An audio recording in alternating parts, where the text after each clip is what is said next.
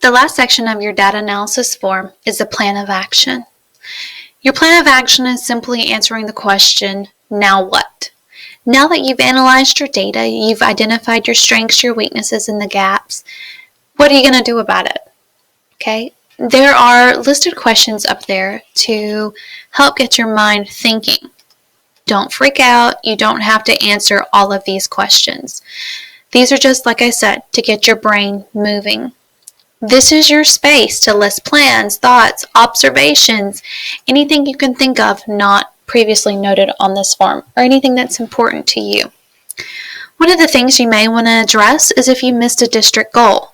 If you remember, we missed the satisfactory level goal of 50% for our LEP and our special ed students. So this may be something that I want to address here. Why did 50% of my special ed and LEP students not reach that satisfactory level? What can I do in class to help these students reach that level? The same can be said for the strengths, for the weaknesses, and for the gap analysis. For the strengths, which strategies did I use because those worked? I'm going to want to keep using those.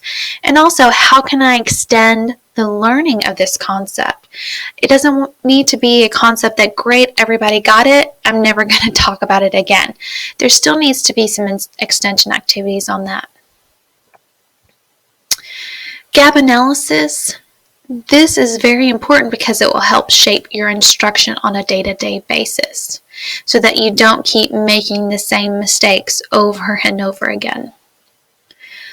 Some of the things that you can do is list the different types of strategies that you're going to be using to address some of those weaknesses or things you'd like to try.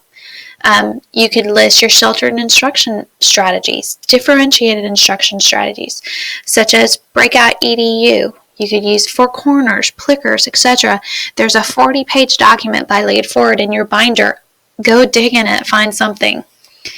One thing you don't want to do is you don't want to just say, review the concept in WIN or advisory time or small group.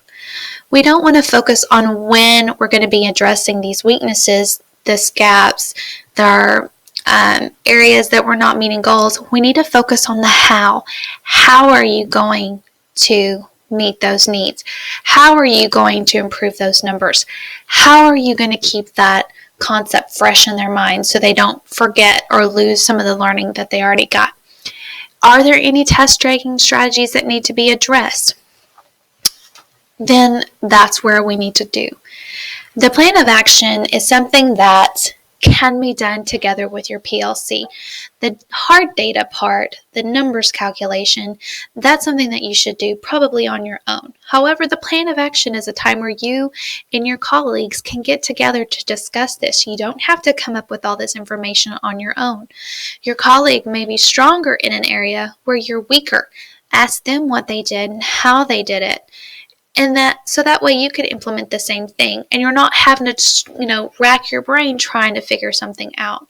Another great idea is to invite your instructional coach to these meetings to let them help you come up with ways to fix some of these issues or address some of these problems.